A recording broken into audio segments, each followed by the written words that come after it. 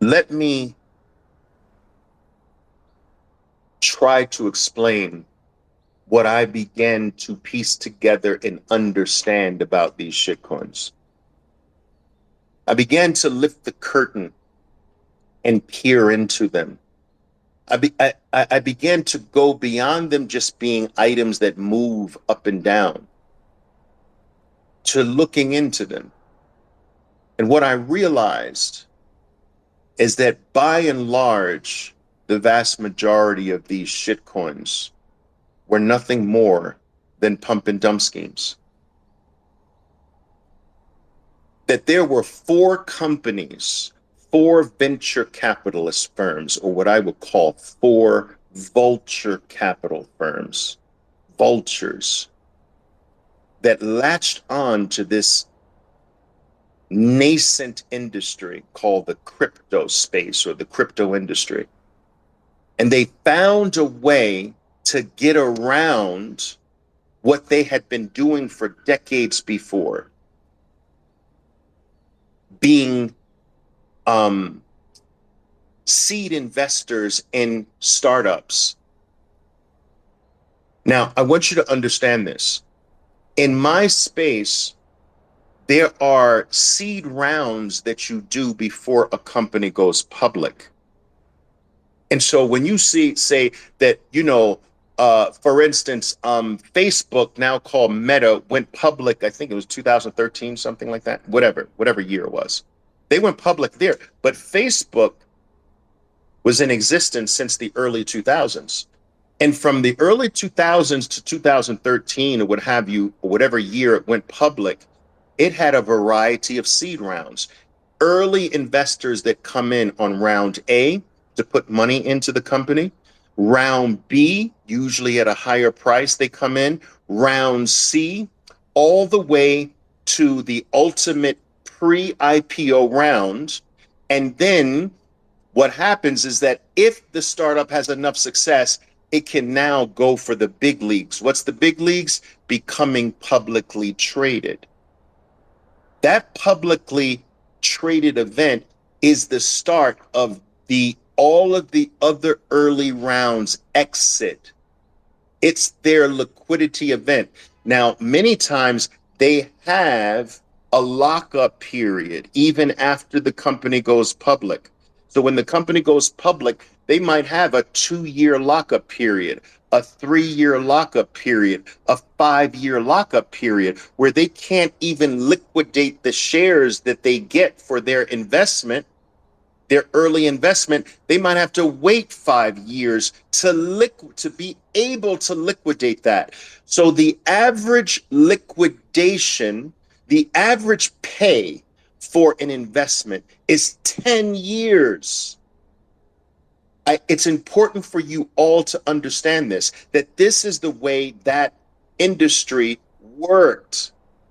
You you only needed one big winner like Facebook, now Meta, to dwarf 10 losing investments, and you'd make billions upon billions of dollars with just one winner. So the game was to invest in a handful of these startups trying to find your one, but it was going to take 10 years. Everybody understood that the average liquidation is 10 years until this new nascent industry that's not regulated yet pops up called cryptocurrencies. That's what I like to call them, cryptocurrencies. When the ICO boom began to happen, well, not the ICO boom, when these groups that specialize in early startup investments that had a 10-year potential payout, a payout after 10 years, when they saw this industry, they saw an unregulated industry that they could put startup money in and actually have a liquidity event in months, in a year. And all of them, or a lot of them, not all of them, said, OMG. You mean we don't have to wait 10 years to exit?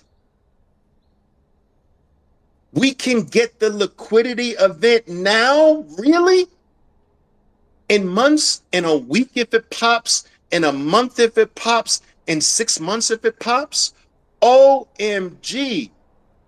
And they pointed all of that artillery, all of those guns, 4 of them in particular, and they focused everything they knew from the 1990s and early 2000s to this industry. And they put all of their departments at work. They grabbed their market makers over here. They grabbed their marketers over here, the people that were specialized in writing up the prospectuses of their companies that they would invest in before they wrote up white papers and ICO documents to bring investors in. They had their market makers to support certain prices once it went live. They would do a 70 or 80, and in some cases, a 90% pre-mine, which is illegal in the regulated space. They say, we're going to keep 70% of all the coins. We're going to take 30% of all the coins, and we're going to float them to the public. We're going to pay these 10 different media outlets on a month-by basis. We're going to put them on retainer to constantly pump out a minimum of 10 articles a month of positivity on our bullshit coin. We're going to have the market maker only let a certain amount of supply of the 30% that we didn't keep hit the market. We're going to give instructions to our market maker to every single month to have a floor price to make sure that the price never drops below this price. So what they would do is their paid market makers would have a price like 20 cents. This month, the floor price is 20 cents. You don't let the price fall below 20 cents. Now, the market maker has great control over the prices of these shit coins because it's a small float. Remember, the majority of the float is being held by the insiders who are waiting for the proper moment to dump onto the public. So the market maker walks the price up, then defends a price. Next month, walks the price up, defends the price at a higher price. Next month, walks the price up. Meanwhile, they're paying backpacking 21-year-olds, 22-year-olds backpacking in Latin America. They're here with me in Colombia right now. 21-year-old, 22-year-old backpacking journalists, so-called journalists, that get a stipend every single month to pump a positive 2 or 3 articles a month on that specific coin. They are paid to do that. They can't write something negative. They're given bullet points every single month to form the basis of the article they have to produce. Then there's a team that works after they create a chart, a price rise that is significant enough to outpace Bitcoin, because the entire goal of the market makers is to create a chart that goes up more than Bitcoin does. That's the only way you can get the public involved. It must outperform Bitcoin. This is in the paperwork. This is in the instruction manual for the market makers. You must defend prices to a certain point and create a chart that we can go market, and we can get the coins listed on an exchange, first a crappy exchange, then a less crappy exchange, and then we'll go after the big ones. Coinbase, Kraken. We'll get approved with the crappy ones offshore. We'll always be able to get approved with Binance. All they want is a payment, and they will list the crappiest, shittiest thing in existence on their exchange. They don't care if their customers get hurt. So Binance is a guaranteed listing. We don't have to worry about Binance. Then we take the Binance listing and we market to the other shitty exchange. Well, Binance got us in. All right. We paid them to list it. All right, here's your payment to list us here, list us there, list us there. And then there are the journalists that are going to write, oh my God, now they're listed over here. Now they're listed over there. Look at this is growing. It's growing in adoption. Look at that chart. It's up 200%. It's up 300%. It's up 1,000%. It's up 1,500%. All of it is fake bullshit. Then comes in, it takes a while to capture the imagination of the bozos on Twitter and the people like you who think this stuff is real. It takes a while. So how do you have volume? How do you have buys and sells? That's where setting up offshore entities come in. So you set up about 12 or 15 offshore entities. You make sure there's no connection to the main foundation of the bullshit shitcoin, right?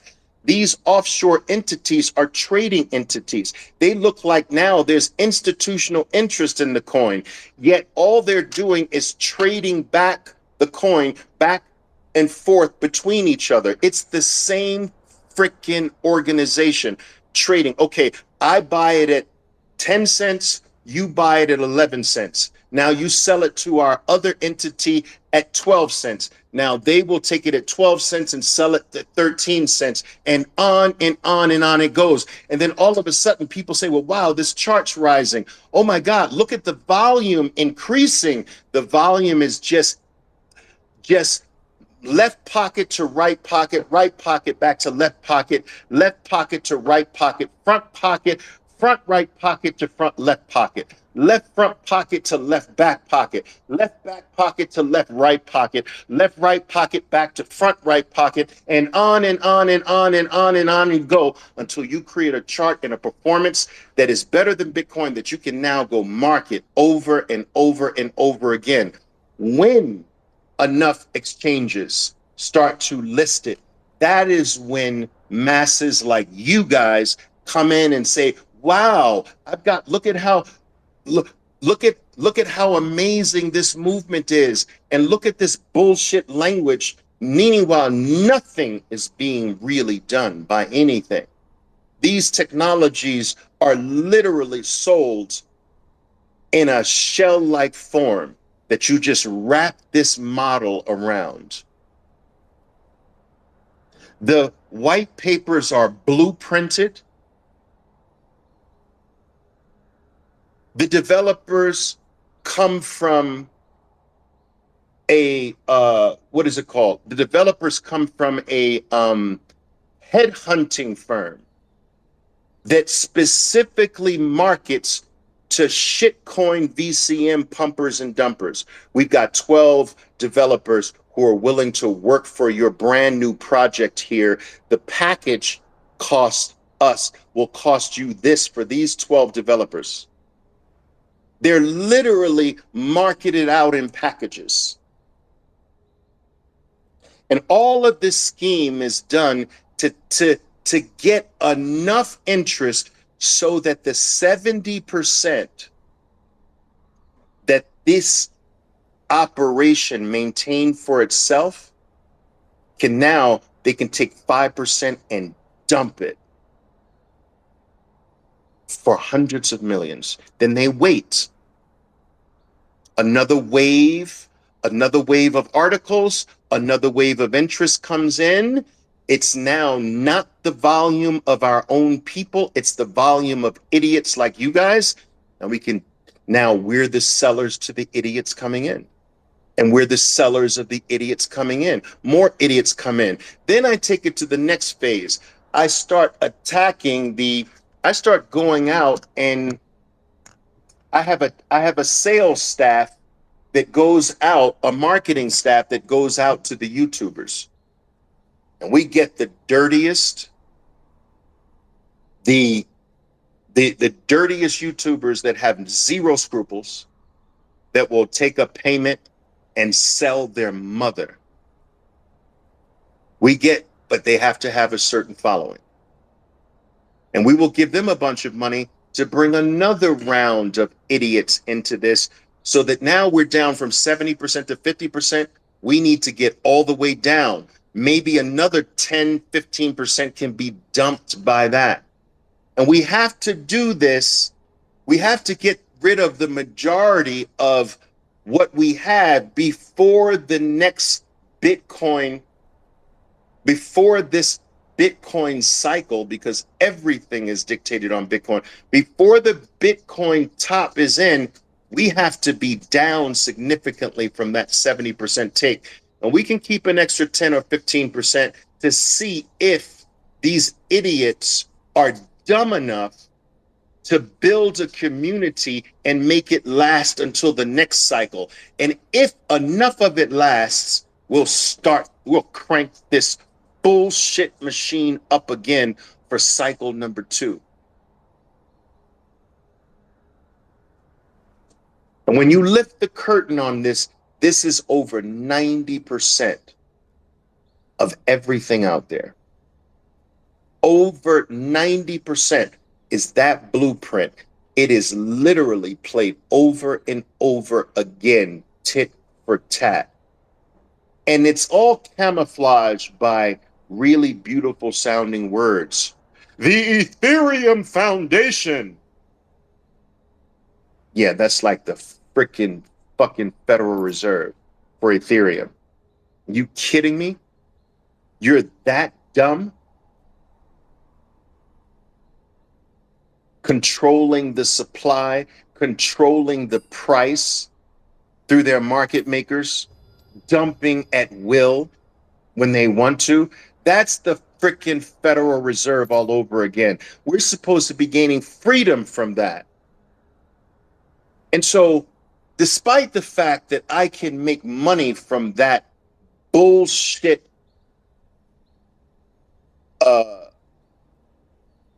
scam, I can make money from that scam.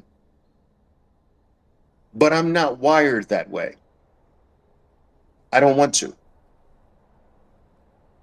I want to sleep at night. And all those things do now is serve as a distraction, and they're stealing the future from people who will never be able to use Bitcoin. For the generational wealth opportunity it's here to deliver to every human being on earth today.